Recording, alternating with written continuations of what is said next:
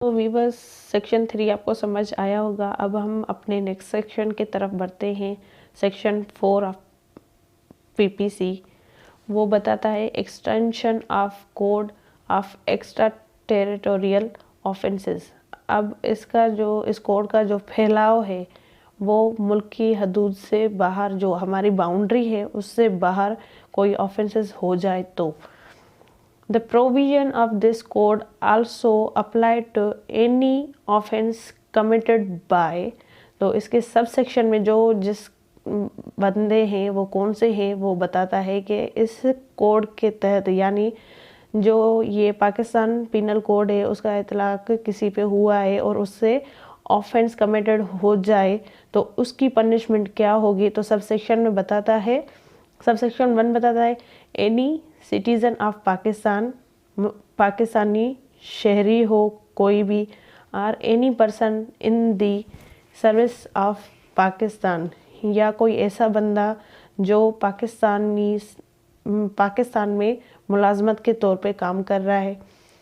In any place without and beyond Pakistan, मुल्क के बाहर किसी भी जगह वो ऑफेंस कर जाए तो उसको भी इस पीनल कोड के तहत पनिशमेंट होगी। अब इसका जो सेक्शन 2 सबसेक्शन 2 है और 3 है ये ओमिटेड है। बाकी इसका जो सबसेक्शन 4 है उसको भी हम समझते हैं नेक्स्ट पेज पे।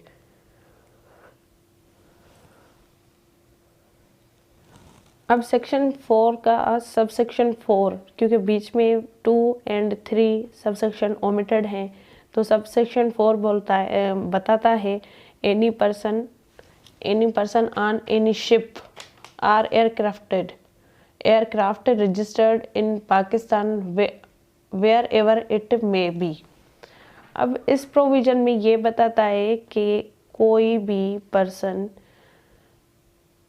या कोई शिप, पानी वाला जहाज़ वो, या एयरक्राफ्ट यानी कोई भी हवाई जहाज़ वगैरह जो कि रजिस्टर्ड हैं पाकिस्तान में, वो कहीं पे भी हों, उनके ऊपर भी पीपीसी का इतलाक होता है। उनको भी अगर उनसे कोई ऑफेंस कमिटेड हो जाए तो इनको भी इसी पिनल कोड के तहत सज़ा होगी, पाकिस्तान पिनल कोड के। अब इसकी एक्सप्लेनेशन को समझते हैं जो इस सेक्शन की और वजाहत बयान करता है। In this section word offence includes every act committed outside Pakistan which if committed in Pakistan would be punishable under this code। अब इस सेक्शन में जो वर्ड ऑफेंस शामिल है, हर उस एक्ट जो कमिट हुआ हो पाकिस्तानी हुदूद से बाहर, जैसे वो पाकिस्तान में कमिटेड हुआ हो, उसको भी पनिशमेंट जो है इस कोड के तहत होगी, यानी वो पनिशेबल होगा इस कोड के तहत अगर उससे कमिटेड हुआ है कोई ऑफेंस। तो यानी पाकिस्तानी शहरी हो, मैं इसको फिर से रिपीट करती हूँ। सबसेक्शन 1 बताता है कि पाकिस्तानी शहरी हो या ऐसा बंदा जो पाकिस्तानी मुलाजमत में हो, वो कंट्री से बाहर हैं, किसी भी एरिया में, किसी भी कंट्री में या कहीं पे भी, अगर उनसे कोई ऑफेंस हो जाए तो भी पाकिस्तान पिनल कोड उसके ऊपर अप्लाई होगा। और इसका सबसेक्शन 4 बोलता है कि जो पाकिस्तानी शिप्स हैं या एयरक्राफ्ट हैं बट वो रजिस्टर्ड हों पाकिस्तान में, फिर वो जहाँ कहीं भी हों, तो उनके ऊपर भी पाकिस्तान पिनल कोड का इतलाक होता है। अब इसकी एक मैं मिसाल देके आपको समझाऊंगी कि पाकिस्तानी शिप है जो मछेर होते हैं, उनकी जो बोट्स होती हैं कोई रजिस्टर्ड होती हैं कोई नहीं होती। तो जो रजिस्टर्ड बोट हैं, जो शिप्स हैं, उन पे चंद लोग हैं, उनमें कोई झगड़ा हो जाता है, कोई एक बंदा किसी को मार देता है उस शिप के अंदर, लेकिन उस शिप की जो हुदूद है वो किसी और कंट्री के समंदर में है, तो क्या वो कंट्री उसको डील करेगा? नहीं, क्योंकि शिप वो रजिस्टर्ड है पाकिस्तानी वो रजिस्टर है, पाकिस्तानी खाते जो भी हैं उसके रजिस्ट्रेशन जो है पाकिस्तानी गवर्नमेंट के पास है, यानी वो पाकिस्तान के जो लेवल है उसके तहत वर्क कर रहा है, फिर वो प्राइवेट हो या गवर्नमेंट का हो, लेकिन उसका टैग जो है पाकिस्तानी गवर्नमेंट के रजिस्ट्रेशन वाला ही है। तो उसको भी डील पाकिस्तान पीनल कोड के तहत किया जाएगा, फिर वो मुल्क किसी भी मुल्क की किसी भी समुद्री हुदूद में हो, या फिर उस शिप से कोई नुकसान हो जाए जो रजिस्टर्ड है पाकिस्तानी इस रजिस्टर्ड खाते में, लेकिन उससे कुछ ऐसा वैसा गलत हो जाए तो उसके ऊपर भी पाकिस्तान पीनल कोड का इतलाक होगा, इसके अदरवाइज कुछ भी नहीं होगा। अब इसकी इलिस्ट्रेशन को समझते हैं। इलिस्ट्रेशन है a uh Pakistani subject commits a murder in Uganda, he can be tried and convicted of murder in any place in Pakistan in which he may be found।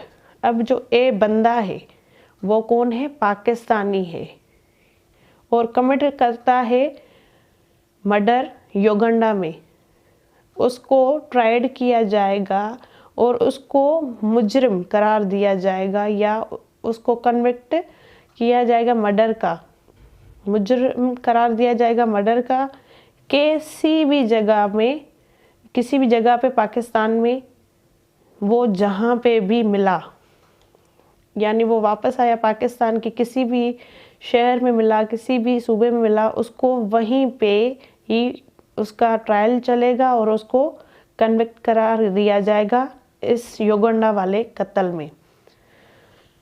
अब इसकी जो बी इलिस्ट्रेशन है वो भी ओमिट है, लेकिन सी omit illustration को पढ़ेंगे। C uh foreigner who is in services of Pakistan commits murder in London, he can be tried and convicted of murder at any place in Pakistan in which he may be found। अब सी जो कि एक foreigner है but उसकी condition ये है कि वो सर्विस ऑफ पाकिस्तान में है, यानी अपनी मुलाजमत जो है पाकिस्तान में कर रहा है, लेकिन वो मर्डर कमिट करता है कहाँ पे? लंदन में। तो उसका भी ट्रायल चलेगा पाकिस्तान पीनल कोड के तहत और उसको कन्विक्ट करार दिया जाएगा उस मर्डर के लिए और उसको पनिशमेंट दी जाएगी किसी भी जगह पाकिस्तान में जहाँ पे भी वो मिला, उसी इलाके की कोर्ट्स में उसका ट्रायल चलेगा और उसको पाकिस्तान पीनल कोड के तहत सज़ा होगी।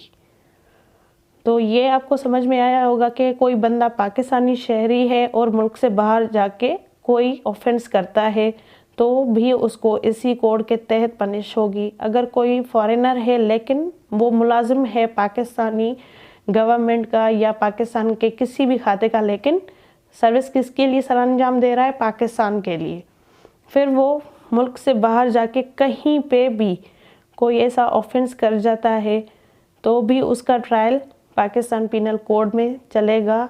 ये हमें बताता है पाकिस्तान पीनल कोड का सेक्शन 4 जो बताता है एक्सटेंशन ऑफ कोड। इस कोड का फैलाव उन एक्स्ट्रा टेरिटोरियल ऑफेंसेस के ऊपर जो मुल्क की हदूद से बाहर ऑफेंसेस किए जाएं। तो हमने समझ लिया सेक्शन 4 को कि सेक्शन 4 हमें क्या कहना चाहता है। अब हम इस चैप्टर 1 का लास्ट सेक्शन यानी चैप्टर 1 का सेक्शन नंबर 5 पढ़ेंगे, जो चैप्टर नंबर 1 का लास्ट सेक्शन है। यानी जो चैप्टर नंबर 1 है उसमें टोटल 5 सेक्शन है। तो 5th सेक्शन इसका क्या कहता है कि certain laws not be affected by this code, मखसूस किस्म के लॉज इसके वजह से असरअंदाज नहीं होंगे। इस कोड के पाकिस्तान पीनल कोड उन पे इफ़ेक्ट नहीं डालेगा। इसकी डेफिनेशन को समझते हैं। Nothing in this act is intended to repeal, vary, suspend और affect any of the provision of any act for punishing mutiny and desertion of officers, soldiers, sailors or airmen in the services of the state or of any special or local law। मतलब इस Pakistan penal code का असर उन laws पे नहीं होगा जो कि स्पेशल लॉ है, कोई स्पेशल लॉ है या कोई लोकल लॉ है किसी एरिया के लिए।